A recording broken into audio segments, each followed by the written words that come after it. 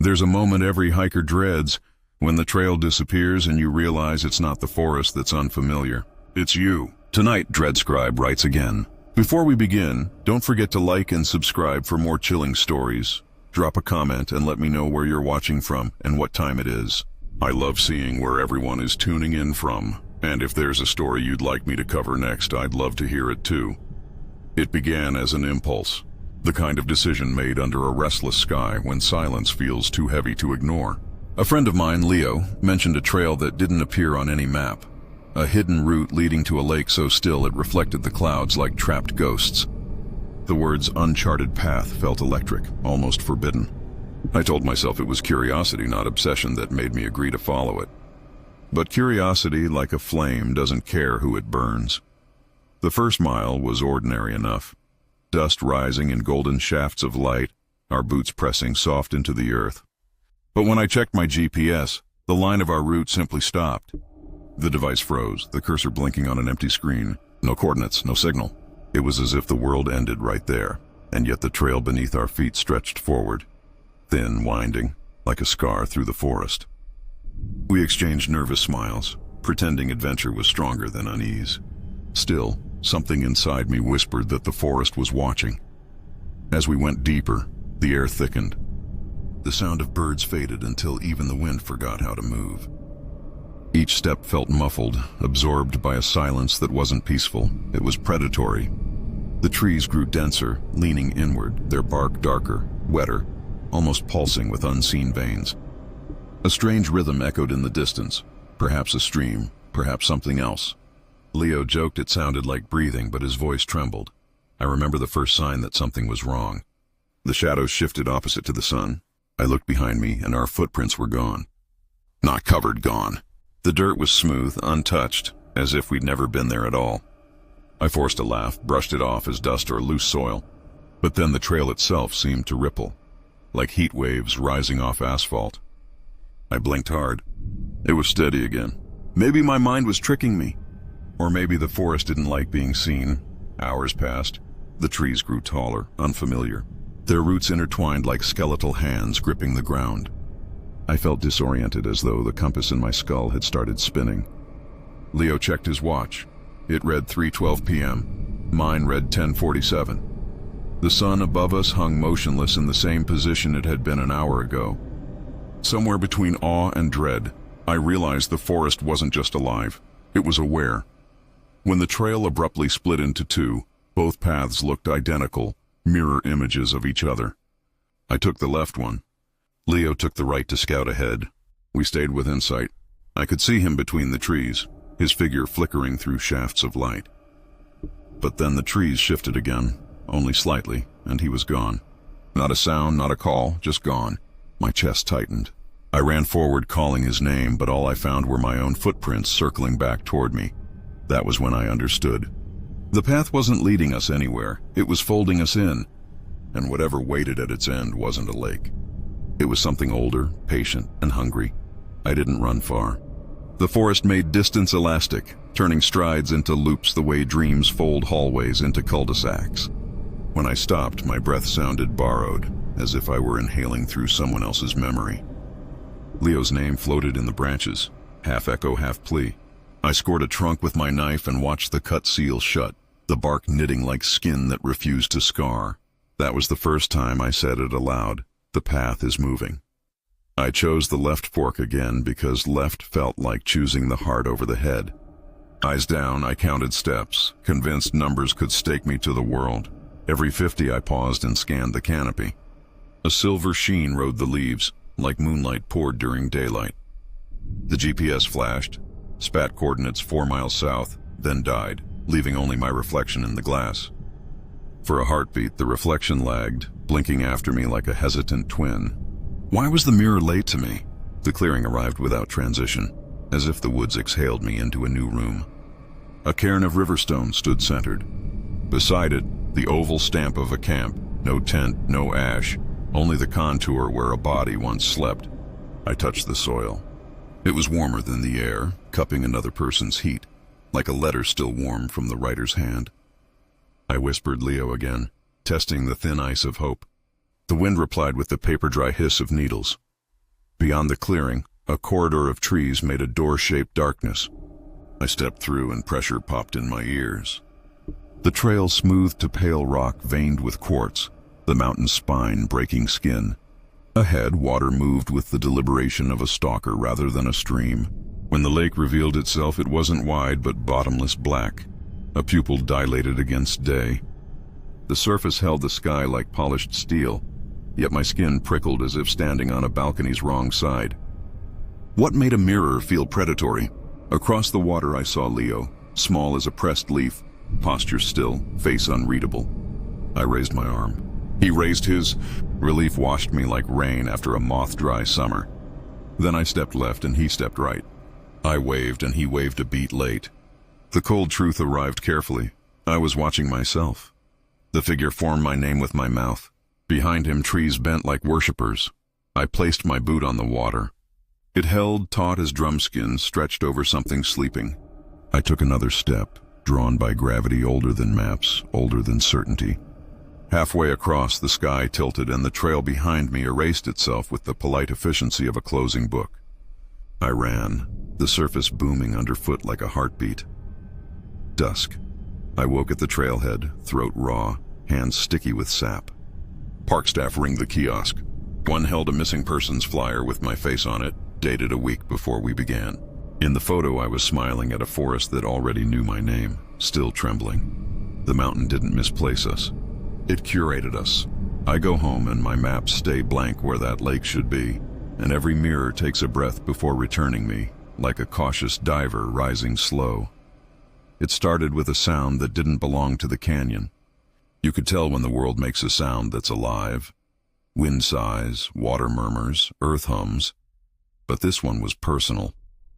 A whistle, soft and deliberate, rising and falling in the same rhythm as my steps.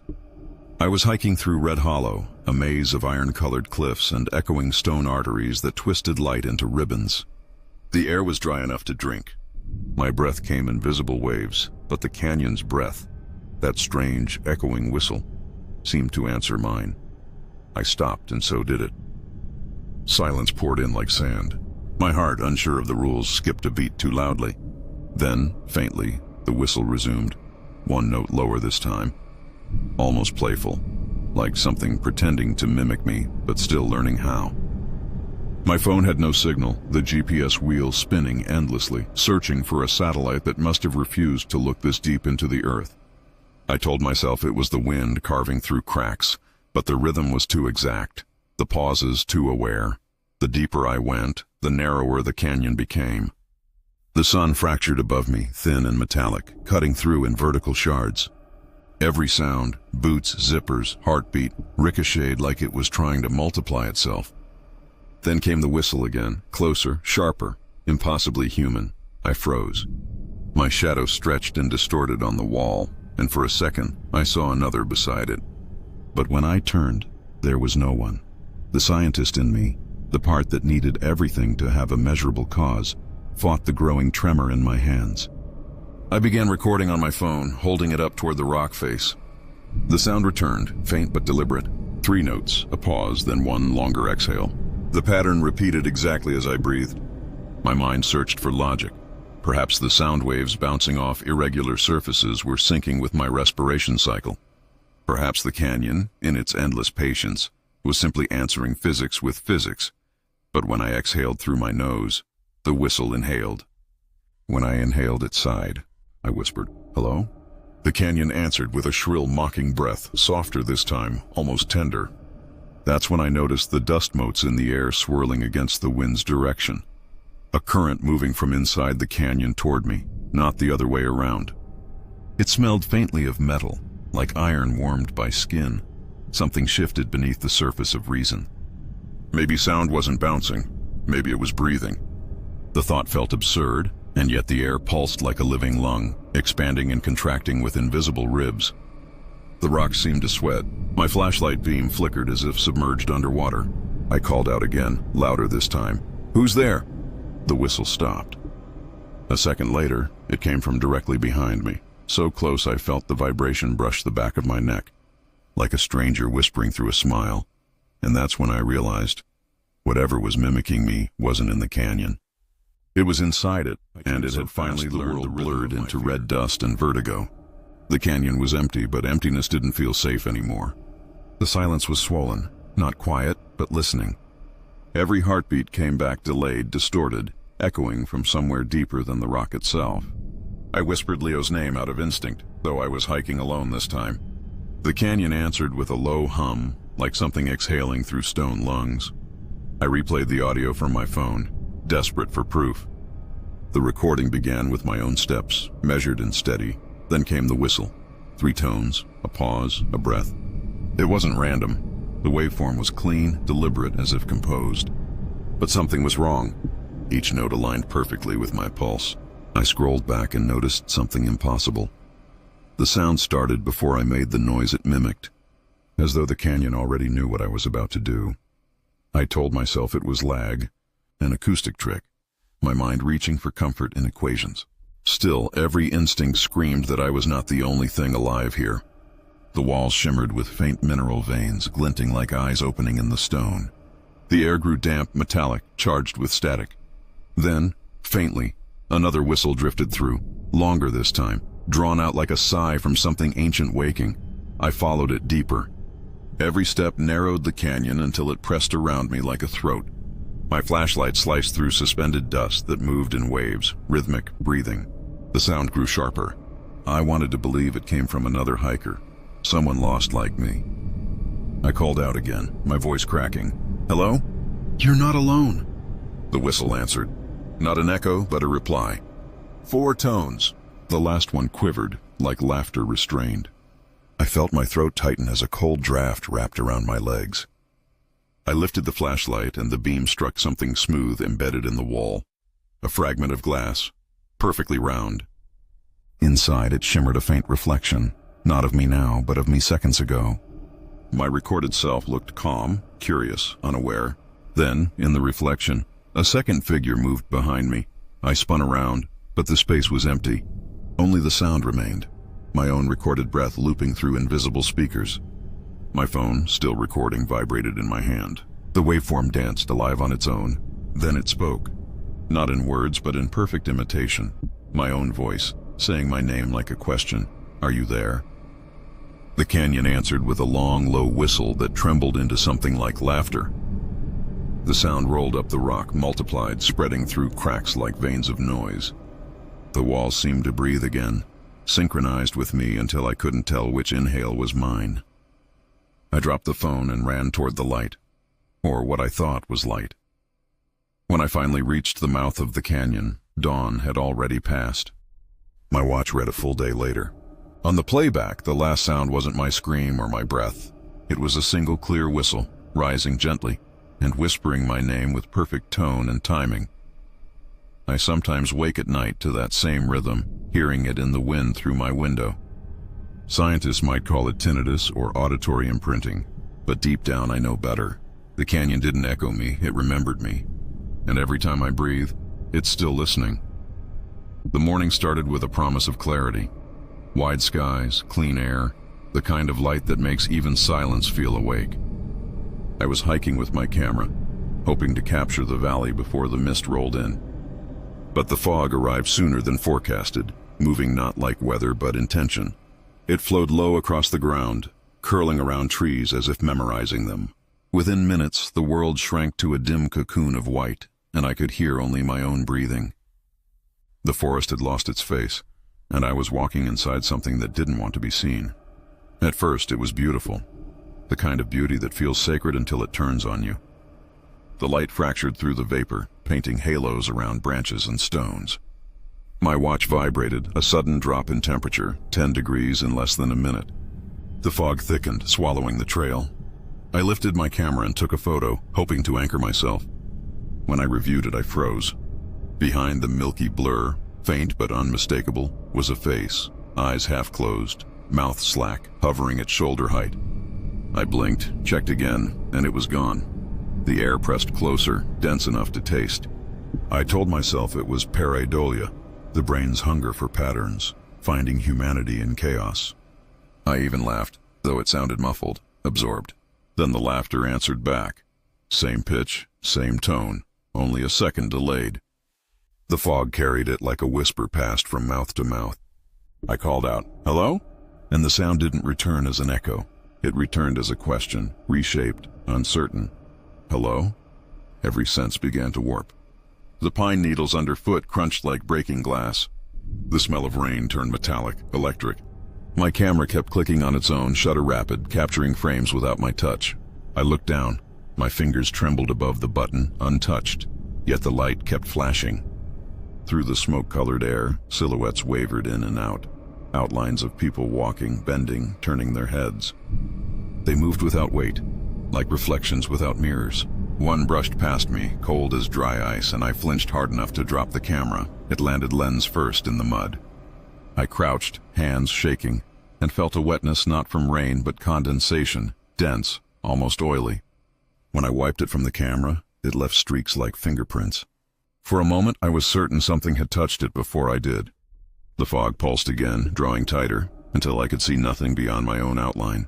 That's when I saw them clearly. Dozens of faces, half-formed, floating inches from mine, shifting between strangers and people I knew. My grandmother, an old friend, even Leo from the last trip. Their features flickered like frames in a broken projector, smiling, frowning, whispering soundless words. I stumbled back, my boot catching on a root. The fog rippled, reacting to motion, as though it remembered me now. And in its memory, I wasn't standing. I was sinking. When I fell, the ground didn't feel like earth. It gave slightly soft as damp cloth, then steadied, breathing. I could hear it now, a low hum rising from beneath the soil, a vibration that threaded through my bones. The fog pulsed with it, every inhale matching my heartbeat, every exhale stealing a fragment of warmth from my skin. My flashlight beam vanished after a few inches, swallowed whole. In that gray blindness, the faces reappeared, drifting closer until they overlapped, merging like wet paint. Each one looked like a photograph dissolving in water. I recognized them, hikers I'd seen on bulletin boards, their images faded by sun and rain, missing, presumed dead. The fog didn't just remember them, it kept them. A living archive suspended between air and time. When one of the faces turned fully toward me, I understood how. The skin was too detailed, too present. This wasn't vapor sculpting coincidence. It was data. Moisture holding memory, particles carrying imprints like static on tape. My camera blinked to life, though I hadn't touched it since the fall. The lens adjusted on its own, the focus wheel twitching. On the tiny screen, the fog thinned just enough to reveal something beyond me. A shape standing upright, perfectly still. A person. The distance made it hard to see, but they were facing away, their body faintly transparent. I zoomed in. The image sharpened, pixel by pixel, until I recognized the jacket. It was mine. I froze. The figure wasn't walking, wasn't breathing. It was repeating every motion I made, the tilt of the head, the shift of weight, even the tremor in my hands. It mirrored, perfectly delayed by half a second. I tried stepping sideways. It followed. I spoke a single word, and the fog vibrated with the same syllable, warped and hollow. Then it smiled. My smile. Only wider. Panic tore through the paralysis. I stumbled backward, tripping on roots that seemed to appear where none had been seconds earlier. The figure advanced, or maybe the fog pushed it forward. Either way, the distance collapsed until we were face to face. My reflection stared at me through translucent skin, its eyes filled not with pupils but with shifting clouds. When it opened its mouth, I heard my own voice saying, "You were here before." I bolted. The mist thinned in streaks, teasing glimpses of trees, trail markers, a sliver of daylight far ahead. I ran toward it, lungs screaming, the cold burning like frostbite inside my throat. Behind me, the air seethed with movement, the fog collapsing inward, folding itself into a single column that followed, dragging whispers with it. "Stay," it said in layered voices, all mine. When I burst out of the valley, sunlight hit me so hard it felt like resurfacing from deep water. The fog lingered at the tree line, breathing slow, patient. I looked back once more, expecting emptiness. Instead, I saw faces forming again, all the same face this time. Mine multiplied. Weeks later, I developed the photos. Every image of that valley was blank white except one. In the center stood a figure half erased by light, holding a camera and smiling faintly. When I tilted the photo, condensation spread across its surface. He appeared and for a moment after sunrise, standing by the ranger station like he'd been waiting all night. His uniform was clean but old, the kind of khaki that time turns into parchment. The badge on his chest read, Ranger Hale, though the metal had dulled to a ghostly bronze. He greeted us with a nod, not a smile. "If you're headed up Pine Hollow," he said. "Remember, the forest doesn't forget trespassers." His voice was calm, like someone reciting a warning too many times to still believe in it. Leo laughed and said we'd stick to the trail. I wanted to believe we would, but the way Hale's eyes lingered on the tree line told me the forest had its own rules.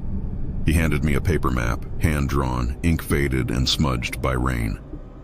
When I unfolded it later, the edges were soft, like something that had been folded and unfolded by many hands over decades. Yet the ink was fresh. The trail he marked didn't exist on our GPS. By noon, the light began to thin. Clouds thickened above the ridge, and the forest's color drained to gray-green. Every sound, birds, insects, even our breath, seemed absorbed by the trees. I checked my phone. No signal. The map in my pocket felt heavier than paper. Leo cracked jokes to fill the quiet, but his voice bounced wrong, echoing from places it shouldn't. Then, between the trunks, I saw a glimmer of movement, a figure in the same khaki uniform watching us. I called out, thinking Hale had followed, but the figure didn't move. It just turned and walked deeper into the woods, silent as mist. We followed without talking. The deeper we went, the older the forest felt. Bark so dark it absorbed light, air dense with the scent of soil and something metallic. The trail narrowed until we were brushing shoulders with trees that seemed to lean closer, eavesdropping. The ranger appeared again ahead of us, standing by a half-rotted sign that read, Restricted Zone. He pointed left, toward a clearing we couldn't see. When I blinked, he was gone. Leo muttered that maybe Hale was testing us, like some park legend designed to keep tourists in line. But the temperature dropped fast, too fast, and the air shimmered like heat above asphalt. My compass spun lazily in circles. The forest felt wrong in its geometry. Paths looped into themselves, trees repeated like copy-paste errors in nature's code. We should have turned back, but something in me wanted to understand what Hale meant, that the forest remembers. When night fell, we set up camp by a small creek. I swear I heard boots crunching gravel outside the tent, pacing slow, deliberate. The rhythm was careful, measured, almost kind. I unzipped the flap. Nothing but trees and the steady murmur of water. Then a voice from somewhere behind me whispered, almost amused, "Still on the trail, aren't you?" Leo didn't hear it. I didn't sleep. The forest stayed awake with me, listening. Morning came pale and reluctant, as if the sun itself didn't want to see what was left of us. Dew hung in long silver strands between branches, and the air smelled faintly of smoke, not campfire smoke, but something older, chemical, almost human. Leo was already awake, crouched by the creek, staring at footprints in the mud that weren't ours. The impressions were deep, precise, patterned by the same old ranger boots Hale had worn. They led from the water into the trees and then stopped abruptly, like the forest had swallowed them mid-step. We followed the prints out of instinct rather than sense. They wound around fallen logs and over moss-slicked stones, always keeping a few paces ahead, as if Hale wanted to be followed, but not found. Around us the forest hummed with something too steady to be wind. A low electrical thrum that vibrated through the roots and up my legs. My phone flickered back to life long enough to show 2:14 a.m., then went black again. Leo joked weakly that maybe we'd crossed into another time zone. I didn't tell him I thought we might have crossed into another memory. The trail ended at a weathered cabin I didn't remember seeing on any map. Its roof sagged, but smoke curled faintly from the chimney. I felt the pull of heat and safety, but the rational part of me screamed to stay outside. The door was ajar. Leo called out, "Ranger Hale?" No answer. Inside, the walls were lined with old photographs. Hikers smiling in the same patch of forest, decades apart. Their faces blurred at the edges, colors leached away. In the corner hung a ranger's hat coated in fine dust, and beside it, a nameplate. Hale, Thomas J.A. Small radio crackled on a shelf, emitting fragments of static that almost formed words. I leaned closer and a faint voice emerged. "The forest doesn't forget trespassers." My stomach dropped. Leo spun around, eyes wide. You heard that too? Before I could answer, something knocked softly on the doorframe. 3 slow, deliberate taps. We turned, expecting wind or branches. Instead, Ranger Hale stood there, exactly as we'd seen him yesterday. Uniform crisp, eyes tired but knowing. He looked past us, at the photographs. They never listen, he said quietly, and for the first time, I noticed that his voice carried no echo. The forest keeps what it needs. I tried to ask what that meant, but he was already walking into the clearing, his boots leaving no sound. We chased after him, or thought we did, until the fog rolled in and the path dissolved beneath our feet. When we finally stumbled out onto the main road, the ranger station was gone. In its place stood a new one, bright and modern, with a young ranger who frowned when I asked for Hale. Ranger Hale? She repeated. He died in 1997, fell during a rescue on Pine Hollow. I visit the forest sometimes just to see.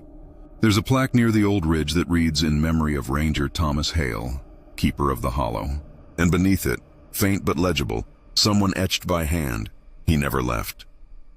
Sometimes when the wind drags through the pines, it sounds like footsteps pacing slow, deliberate, the forest remembering who walked too far in. Snow has a way of recording everything, the path you take, the hesitation in your stride, the moment you begin to doubt direction. That morning, the forest was a perfect page, blank and silent.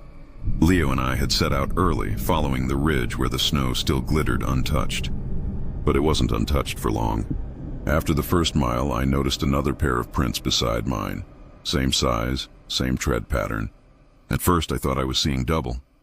Then I realized they were synchronized with my steps, matching perfectly, like the earth was copying me. I stopped. The second set stopped. I stepped forward once, heel first, testing.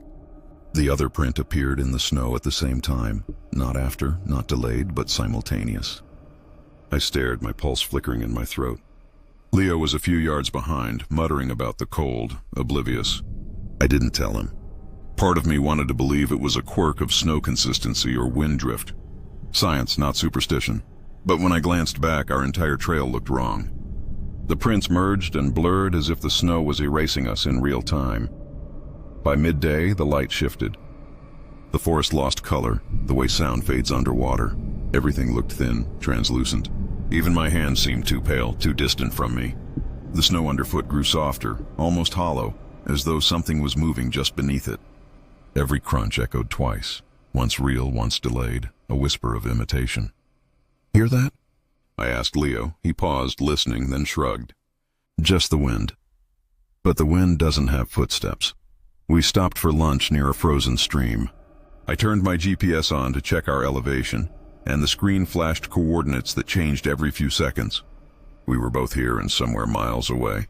It kept flickering between our location and another one farther north, a mirror point, perfectly opposite. I laughed nervously, showing Leo, but he didn't find it funny. He said the coordinates formed a pattern like a loop. If we keep walking, he said, we might just meet ourselves coming back. I thought he was joking until the woods went still. No birds, no wind, only that echoing crunch of snow. Then faintly I heard footsteps behind us. Not far, not cautious but deliberate. I turned, expecting to see another hiker. There was no one, only the trail, and the second pair of prints, continuing forward even though we had stopped. They walked on without us, 1 step, 2 steps, then vanished into untouched snow. Leo's face drained of color. Maybe heat's melting them fast, he said weakly. But the air was below freezing.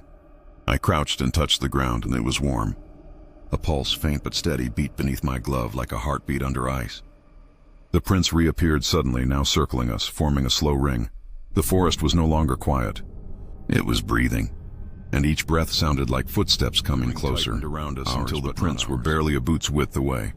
I could see the snow denting, collapsing under invisible weight, 1 step at a time. Each footfall landed with perfect rhythm, mine. I tried standing still to break the pattern, but the sound continued, circling, closing in. Leo grabbed my arm, his glove trembling. They're just echoes, he said, though his voice cracked on echoes. The word sounded wrong out here, where sound traveled differently, bent, recycled, breathing through its own memory. I scanned the trees. The light had flattened, No shadows, no depth, like the world had been photographed and printed badly. The forest felt two-dimensional, a frozen image pretending to have distance. Then the snow moved. It sank inward, tracing our exact footprints backward toward the direction we came. "We're going the wrong way," Leo whispered. But I already knew that. The trail behind us was rearranging itself, loops closing, intersections folding in. I felt dizzy, like gravity had turned inward. My phone buzzed weakly, the GPS trying to reorient. The map showed two blinking dots, our coordinates, overlapping, then splitting apart. The second dot moved faster, retracing our path in reverse. The signal flickered with static that sounded disturbingly like breathing through fabric. I turned off the screen, but the sound didn't stop. It was coming from beneath the snow. I knelt and pressed my glove into the white crust. The warmth pulsed stronger now, steady, measured, human. Leo leaned down beside me, whispering, "It's us, isn't it?"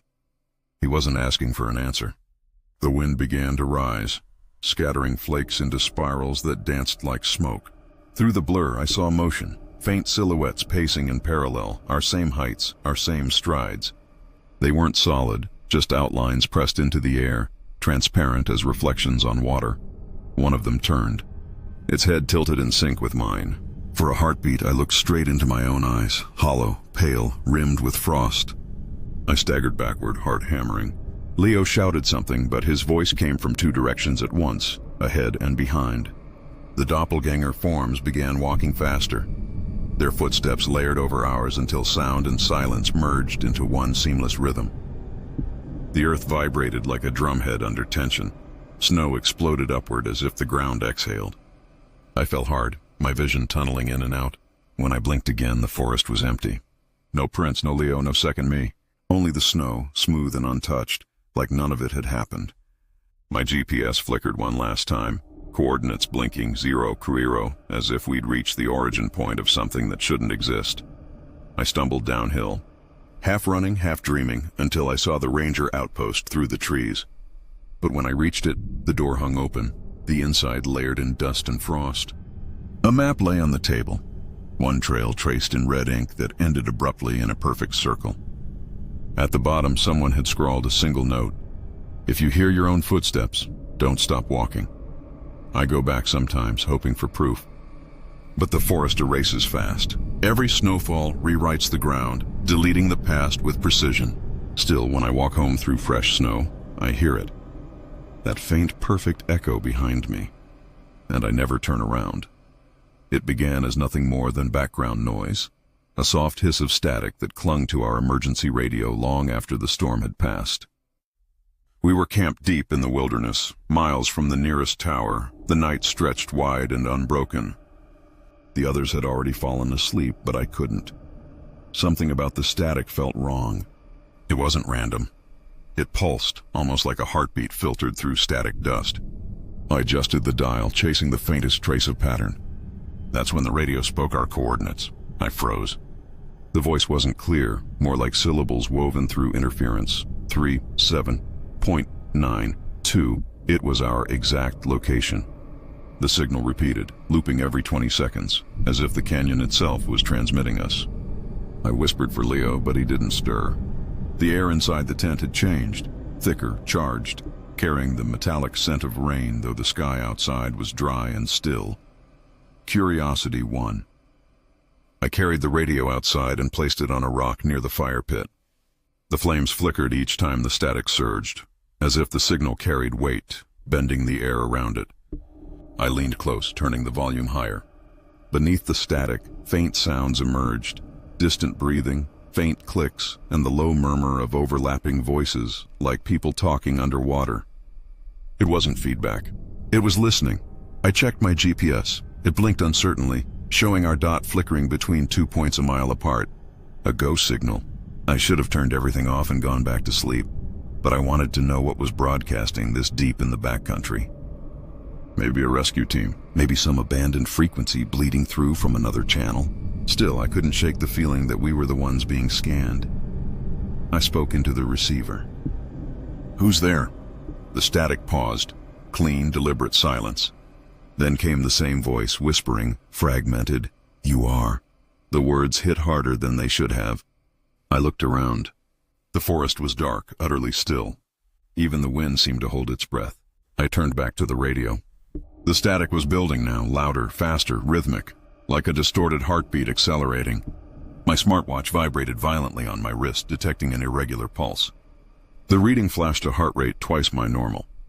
Only, it wasn't matching mine. It was syncing with the static. The fire died in a single gust. For a few seconds, the world was pure black and sound. The static filled the void, shifting into a slow, modulated hum. Through it, I began to hear words, coordinates, times, numbers. Then my own voice saying, "If you're hearing this, it's already found you." The radio went silent. My reflection in its metal casing flickered, half a second delayed, mouth moving after sound, like the signal lagged through reality itself. I touched the casing. It was warm, pulsing faintly, alive. That's when Leo stumbled out of the tent, rubbing his eyes. "Man, who are you talking to?" I looked up. The radio crackled again, and through the static I heard my voice answer him, not from my mouth but from the speaker. Leo stared at the radio like it might bite. My recorded voice whispered again, slightly warped, words bending around static. "Don't move." He stepped back instinctively. The fire pit glowed faintly, though no flames burned. The air hummed, an electric pulse radiating from the little black box as if it had become a heart for something invisible. I switched it off, but the sound didn't stop. The static was inside the air now, vibrating through the metal poles of the tent, through my chest cavity, through the ground itself. Leo muttered that we should leave, but the forest felt sealed. No wind, no orientation, just static waves pulsing like sonar. I turned the radio back on. The frequency read 13.772 repeating. Every flick of the dial brought the same rhythm. 2 short bursts, 1 long. The pattern clicked in my mind. Morse code. I scribbled it in my notebook. A single letter, U. We laughed nervously. Maybe unknown, maybe us? Then the device screamed, a feedback shriek that split the air like tearing metal. When it cut off, we heard something breathing through the speaker, slow, steady, measured. Too deliberate to be wind. It synced with neither of our breaths. "It's copying us," Leo said, voice trembling. I pressed the record button again. "Say something." We both spoke. Our names, the date, anything to ground ourselves. Playback lasted 6 seconds, then began looping on its own, our words overlaying until only fragments remained. "We are here. We are here. We are here." The flashlight flickered and went dead. In its last beam, I saw frost crawling across the tent fabric, blooming in veins that formed concentric rings. Sound became tactile. You could feel it, like low bass thrumming against your skin. I leaned closer to the radio, drawn to that rhythm. The static wasn't random. It pulsed at intervals, 72 beats per minute. Exactly human. I checked my watch. My heart rate read 72. Leo's did too. We stared at each other. "It's sinking," I said. He shook his head. "No, it's controlling." The next pulse came stronger, vibrating the air. My breath stuttered to match it, every inhale triggered by that frequency. The forest around us moved subtly, branches swaying in perfect rhythm. It felt less like weather and more like an organism aligning itself. I slammed the radio shut, ripping the batteries out. The sound didn't fade. It shifted inward. Leo collapsed first. His smartwatch glowed, still flashing the pulse. I knelt beside him, trying to wake him, but the display showed no heartbeat, just the same frequency wave repeating endlessly. I screamed for help that couldn't reach anywhere. Then my watch buzzed again. The radio was dead, yet a faint voice whispered from my wrist. My own voice. "You shouldn't have answered." Dawn came like static breaking into light. The forest was silent, too still, the world freshly rebooted. Leo's body was gone. My smartwatch was cold and blank, until it flickered once more, displaying new coordinates, the exact place I was standing. Back home, I threw the radio away. Still, every few nights my smartwatch vibrates once at 3:17 a.m. A single pulse, 72 beats per minute, syncing perfectly with mine. The signal isn't gone. It's just quieter now, waiting for someone else to tune in. Not the usual hush of an evening forest, but something heavier, manufactured, as though the air had been vacuumed clean of sound. We found the hollow just before sunset, a shallow dip in the landscape ringed by ancient oaks that leaned toward the center like conspirators. Leo walked ahead, crunching leaves beneath his boots. but even that sound evaporated halfway across the clearing. By the time I stepped in, my own footsteps had vanished. It was like walking into a photograph, perfectly still, perfectly wrong. We decided to camp there because silence felt safe. In hindsight, it was the first mistake. The second was trying to speak. My voice came out muffled, trapped in my throat. Leo laughed soundlessly, waving his arms, mouthing, "What the hell?" Our words reached only halfway before dissolving like moths hitting invisible glass. Yet after a few seconds, I heard his laugh again, faint, delayed, carried through the trees as if time itself had paused to think about it before releasing the sound. "Echoes," I mouthed, but Leo shook his head. "Too slow," he mouthed back. The delay was longer than physics allowed. 5 seconds passed between voice and return, then 10. Soon, every sound we made reappeared minutes later, ghostly repetitions that threaded through the dusk. It was like being inside a recording that kept catching up to itself. The air thickened as the sun began to die.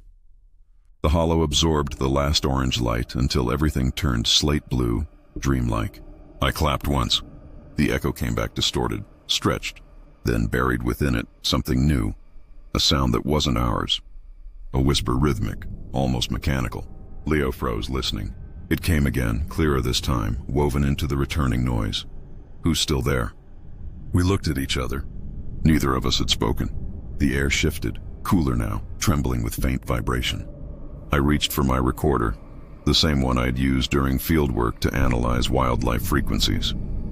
It captured nothing at first, pure silence, then a faint oscillation at 19 hertz, just below the range of normal hearing. Scientists call it the fear frequency, the pitch that can induce anxiety, hallucinations, even the feeling of being watched. Only this one pulsed in time with our breathing. The first reply came a minute later. It wasn't an echo anymore, it was a conversation. Every question we asked returned changed, evolved. "Who's there?" became "we are." "What do you want?" returned as to learn. The trees didn't sway, but their branches creaked in long, articulate groans. The hollow was answering us, not mimicking, not reflecting, but understanding. Then it began using our words before we did. Leo whispered my name. A second later, the air whispered it first.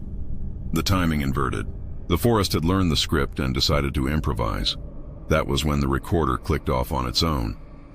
The screen glowed faint green, displaying one final line of data. An impossible reading. Source of sound, external origin, identical to subject. The hollow wasn't echoing us. It was becoming us. The temperature plummeted so quickly that breath turned to fog, suspended in midair like it didn't know where to go. Leo was already packing his gear, muttering in silence, gestures sharp and impatient. He wanted out. I could see it in the way his eyes kept darting toward the tree line, like the forest itself was closing a door. But I couldn't move yet. I needed to know what we'd found. There was logic buried in that sound, language disguised as resonance. Every instinct screamed to run, but curiosity is a form of gravity, and I was already falling.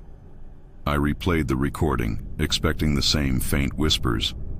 Instead, a new layer had appeared beneath the static. A low rhythmic pulse, precise, almost digital. I boosted the gain, and the pulse split into 2 frequencies, one matching Leo's voice pattern, one matching mine. The hollow wasn't reflecting sound.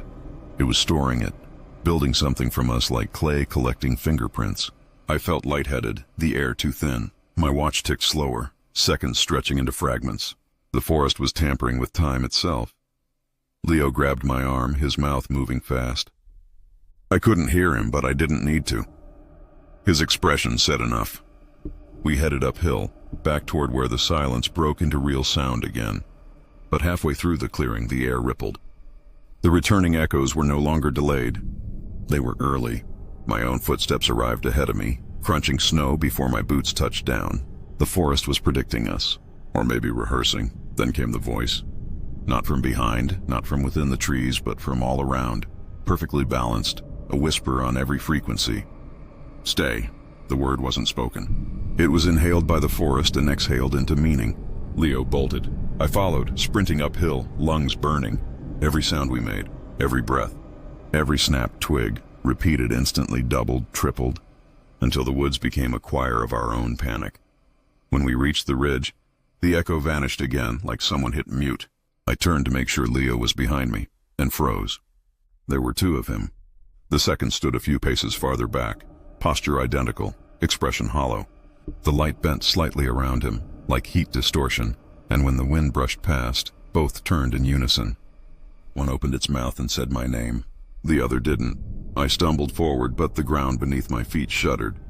The sound of my movement came first this time. A crunch, then the motion that should have caused it. I fell to my knees, clutching the recorder.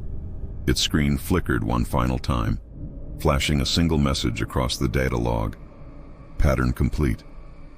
I don't remember leaving. The next thing I recall is sunlight breaking through the trees, Leo gone, and the forest restored to ordinary silence. Yet as I walked away, I heard faint laughter drifting behind me, my own voice, repeating something I hadn't said yet. Back home, the recordings play on loop. They start with my questions, end with my answers, but somewhere in between, new words appear, phrases I've never spoken.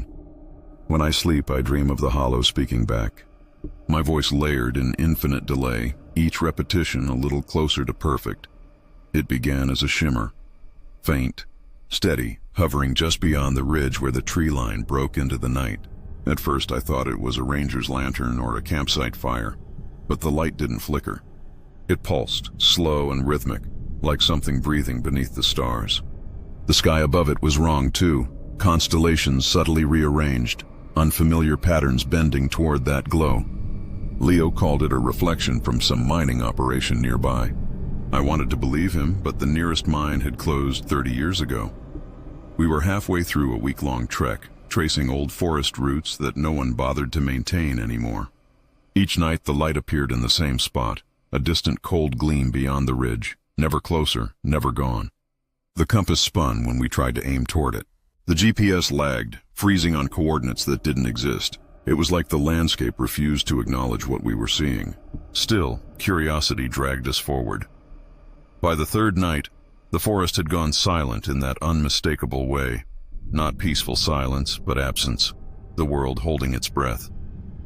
The light brightened, its edges sharp enough to silhouette the ridge like bone against dark flesh.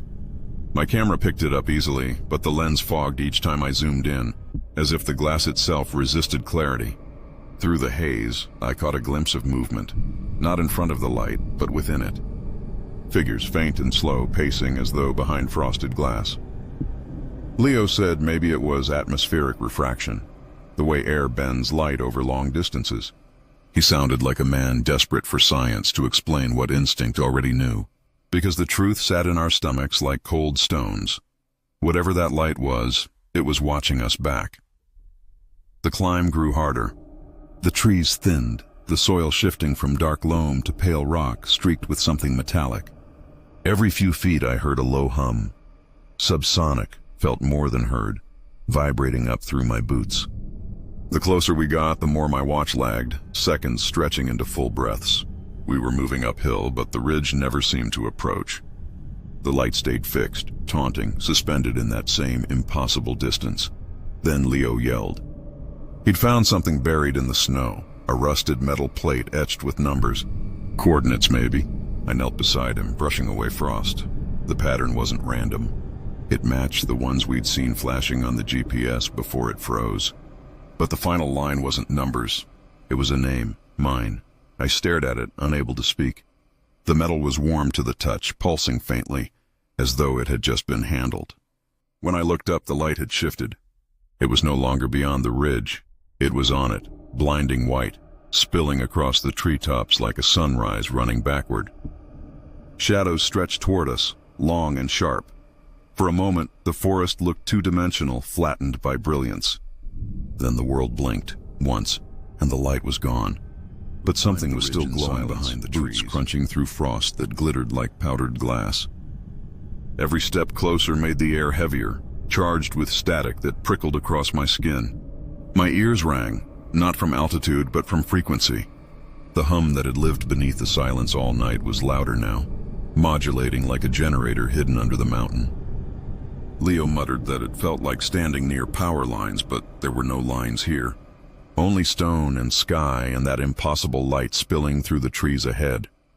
At the summit, The forest opened like a curtain. The light wasn't distant anymore. It was everywhere, a white so intense it bled color from the world. I squinted through my fingers and saw movement again, clearer now. Silhouettes walking inside the light, human shapes pacing in slow, deliberate rhythm. Each figure shimmered, outlines bending as though submerged underwater.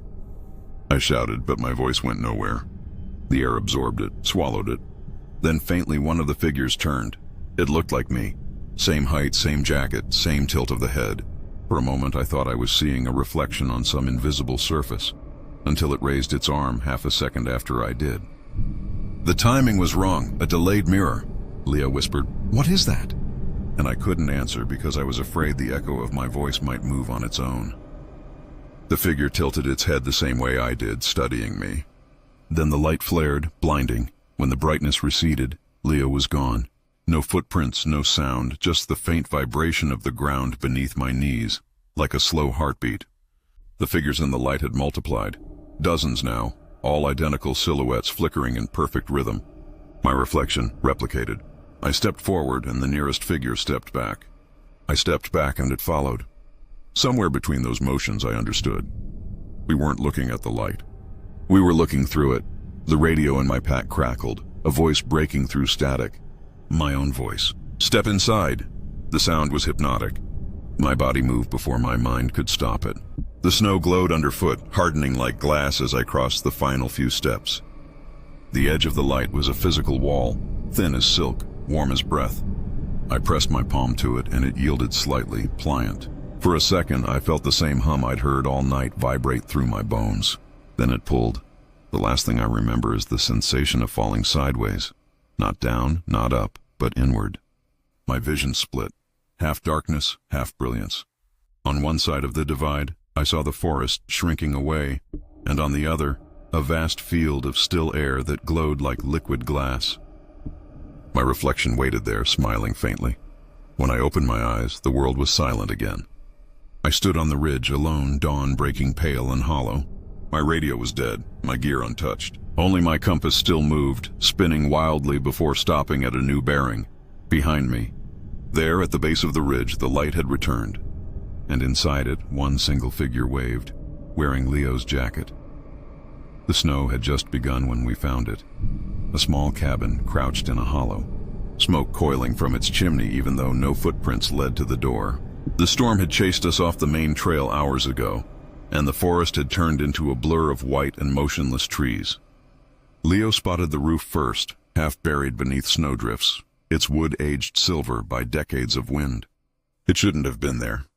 The last ranger post for miles had been abandoned since the 90s, yet the windows glowed faintly, a dull amber light breathing through the storm like a pulse. We called out before approaching, expecting some grizzled hunter or hermit to answer. Nothing. Only the soft rush of wind threading through the pines. I remember the sound of the snow compressing beneath our boots, the only proof we were still moving forward. The closer we came, the warmer the air felt. Not dramatically, but enough to make breath fade from visible fog to nothing. Heat without a source. The door creaked open under my hand. Inside, it was exactly as a storybook might describe. A wooden table, 2 chairs, a kettle steaming faintly over an unlit stove. Everything in perfect order. No dust, no frost, no decay. The warmth wrapped around me like a familiar scent, like walking into a memory I couldn't quite place. Leo ran his hand across the table and frowned. "Fresh," he mouthed. He was right. The wood was warm, as though someone had just left moments before we arrived. We dropped our packs, trying to rationalize it. Maybe a research cabin, maybe someone out gathering wood. The fireless stove hissed softly, a phantom of heat with no fuel inside. I glanced at the clock above the mantel. Its hands ticked steadily, yet the second hand moved too slow, lagging, like time itself didn't quite know how to behave here. We sat, waiting for whoever lived there to return. Hours passed. The blizzard outside thickened, pressing against the windows like an animal trying to look in. We ate quietly.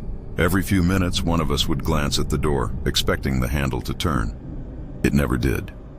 When I finally stood to check the rest of the cabin, I noticed something off. There were 2 mugs on the counter, both steaming. One held a ring of lipstick the color I used to wear years ago, before I ever started hiking. My stomach twisted. I told myself it was coincidence that someone else had similar habits, similar taste. But the more I looked around, the more familiar everything felt. The knife with the small notch near its handle, the wool blanket folded by the hearth, the photo frame face down on the shelf. I turned it over. It was a picture of me.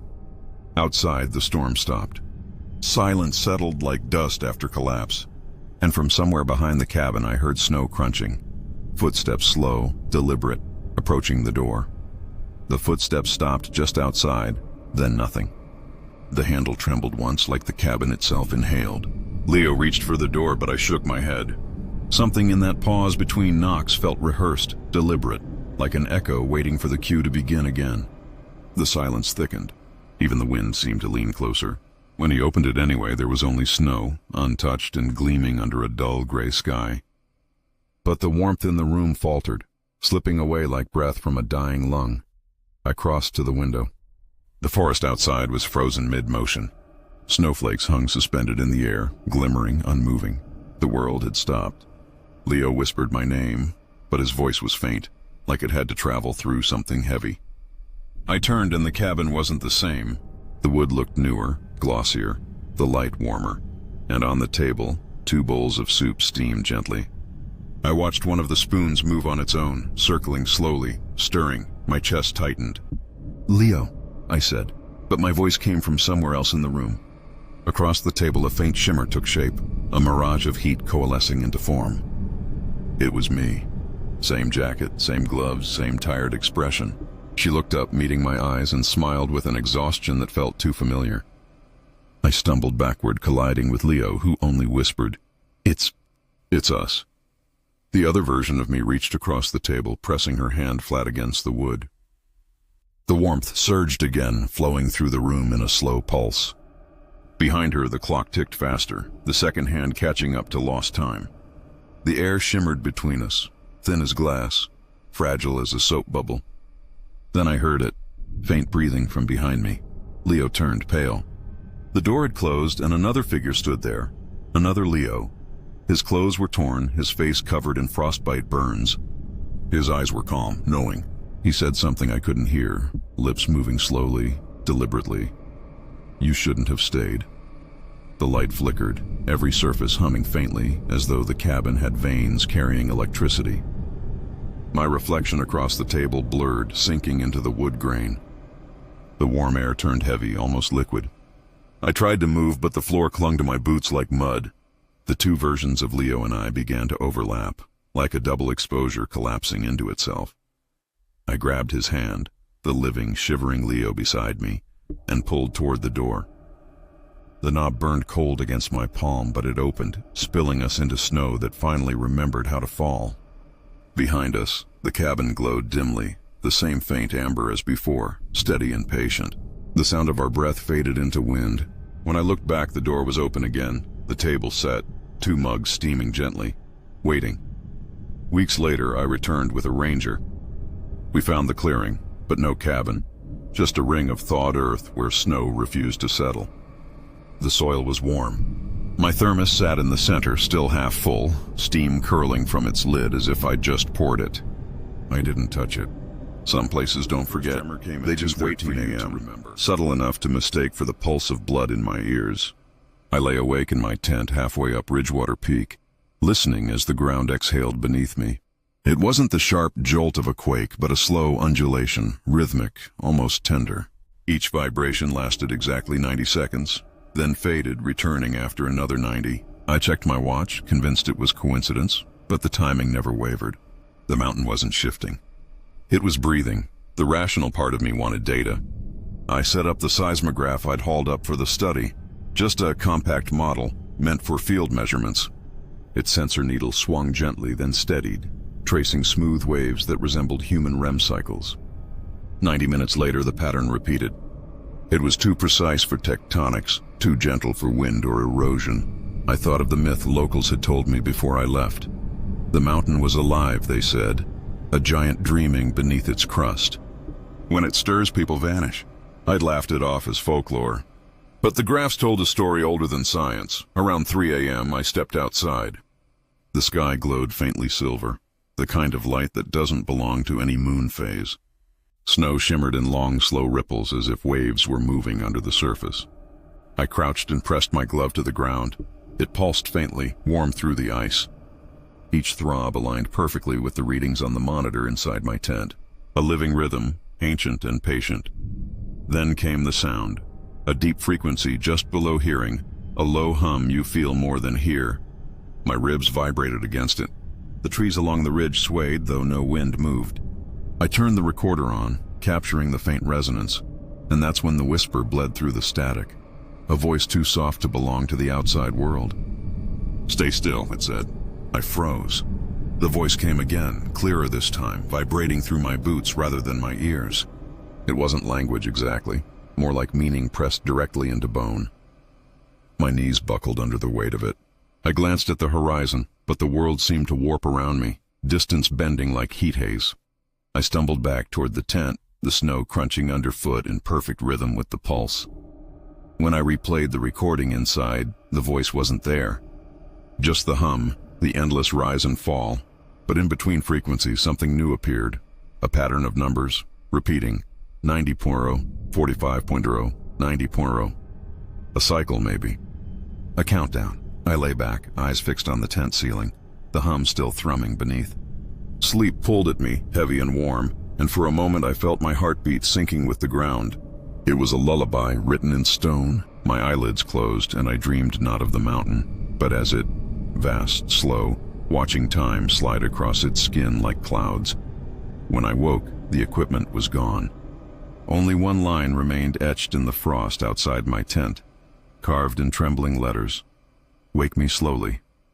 Morning arrived without sound. Even the wind had gone still, as though the world waited for me to move first. My breath came out in small clouds that refused to drift away, suspended mid-air like the mountain was holding them in place. The slope beneath my tent had changed texture overnight. The snow was smoother now, faintly iridescent, rippled as if something had shifted beneath it. I reached for my seismograph, but the case lay open, empty. The ground had reclaimed it. The hum began again, deeper this time, pulsing through the bones of the earth. Every vibration made the air shimmer with microscopic crystals, each pulse perfectly timed. 90 minutes since the last wave. My heartbeat stumbled trying to match it, a syncopation that left me dizzy. I whispered, "You're dreaming, aren't you?" And my own voice came back as a low tremor beneath my feet, the echo of something enormous turning over in its sleep. I wanted proof. My phone still recorded, though the battery had drained halfway from cold. I pointed the mic toward the soil and pressed record. At first only static, then a sound emerged, faint but unmistakable, breathing. Long, slow, the inhalation of something vast. Beneath it, a murmur rose, layered and overlapping, as if countless voices whispered through stone. The words were unintelligible, but the rhythm was human. I turned up the volume. The whisper resolved into a single phrase that crawled through the speakers, deep and slow. Not awake yet. The air thickened. A low-frequency shock rolled through the ridge, throwing me to my knees. The mountain's hum shifted pitch, rising like a heartbeat breaking into panic. Cracks spidered across the frozen ground, thin and glowing from within with a dull red light. I crawled backward as a fissure opened near the base of the slope. Warm air surged out, carrying the scent of iron and something older, not rot but age itself. My camera fell into the crack. I leaned over, expecting to see darkness. Instead, I saw movement, a vast expanse of what looked like tissue, folds and ridges pulsing with slow life. The realization struck hard and cold. This wasn't stone. The entire mountain was organic, an organism crusted with centuries of earth. The peaks were bones, the valleys were lungs, and somewhere deep inside, something was dreaming of us. I stumbled downhill, heart pounding, the hum chasing me like thunder rolling in reverse. Every few seconds I glanced back. The mountain seemed to expand, inhaling clouds, reshaping the horizon. The pulse in the earth slowed, settling back into rhythm, almost peaceful. By the time I reached the tree line, the sound had faded to a steady beat beneath the snow, calm again, dreaming again. That night, safe at the ranger station. I reviewed the recordings. The data showed seismic activity recurring at 90-minute intervals. Flawless, biological precision. But the last entry wasn't mine. The final timestamp came from hours after I'd stopped recording, captured automatically by my phone. A low voice whispered beneath the static, the same one from the mountain. "Thank you for waking me. I still feel tremors in my sleep sometimes. Gentle, rhythmic, patient. Maybe the mountain isn't finished dreaming. Maybe it's dreaming through me." Subscribe, if you dare.